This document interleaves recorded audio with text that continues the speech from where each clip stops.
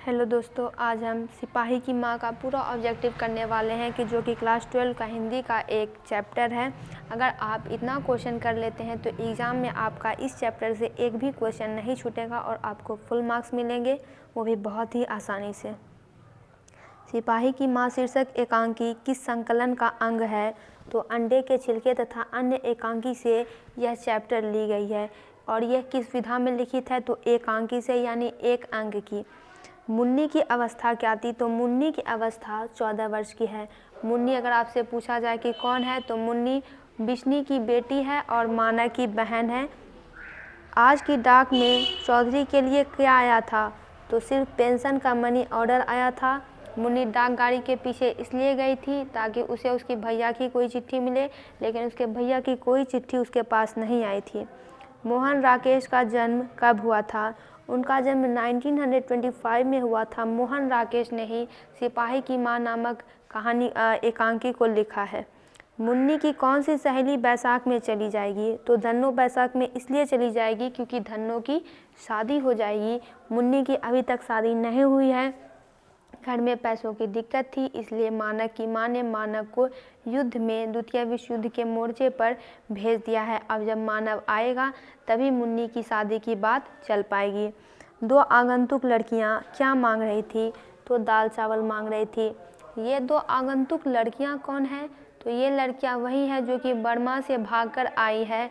बहुत सारी लूटपाट, खून खराबा हुआ, लोग मारे गए, बहुत सारे लोग तो मारे गए, लेकिन ये बेचारी कैसे भी करके भागकर यहाँ पे आ गई और अब यहाँ भीख मांग कर ये खा रही है।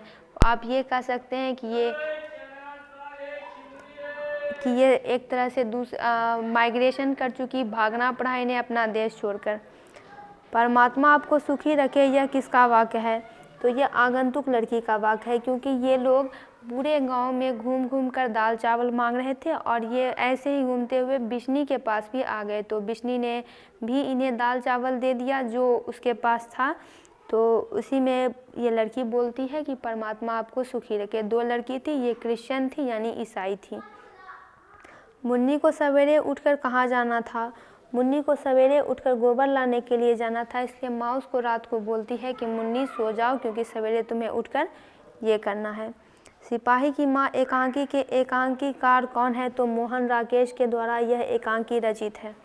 मोहन राकेश नहीं जाने जाते हैं, किस लिए? तो मोहन राकेश कविता के लिए नहीं जाने जाते हैं क्योंकि वो कविता नहीं लिखते थे, कहानियाँ लिखते थे, नाटक लिखते थे और उपन्यास लिखते थे। सिपाही की माँ रचना की विधा क्या है? हम पहले ही देख चुके हैं, ये एकांकी है, ऐसा क्वेश्चन लगभग आता ही है। सिपाही की माँ निम्नांकित में से कौन है? तो बिश्नी यानी बिसनदेई, जिसका पूरा नाम है, वो सिपाही की माँ है।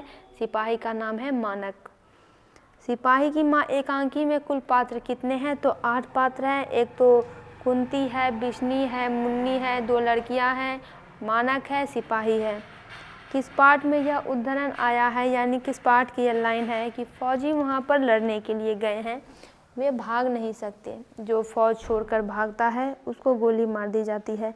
जब वो लड़कियाँ आती हैं इनके पास कुछ मांगने के लिए, तब बातों ही बातों में बर्मा की खबर मुन्नी और बिश्नी करने लगती है, तो ऐसे ही कंडीशन में वो लड़की ये बात बोलती है।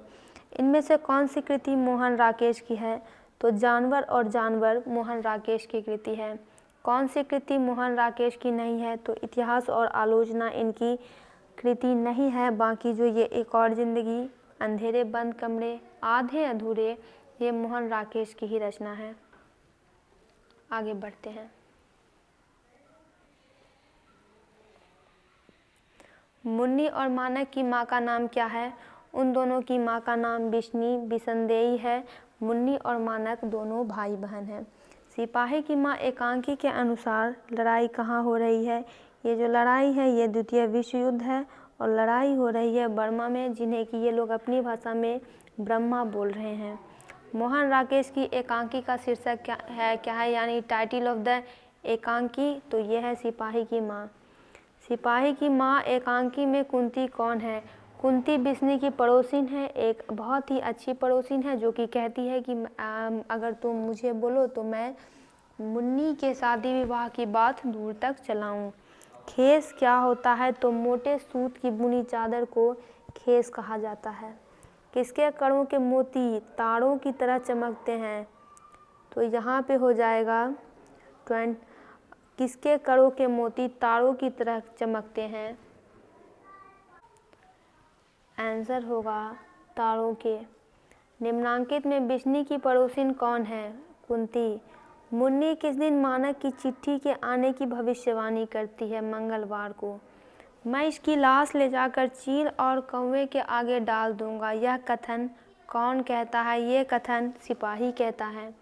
मोहन राकेश रचित नाटक संग्रह है, यानी इन्होंने कौन कौन से नाटक यानी प्ले लिखे हैं? तो उसका एक नाम है आषाढ़ का एक दिन।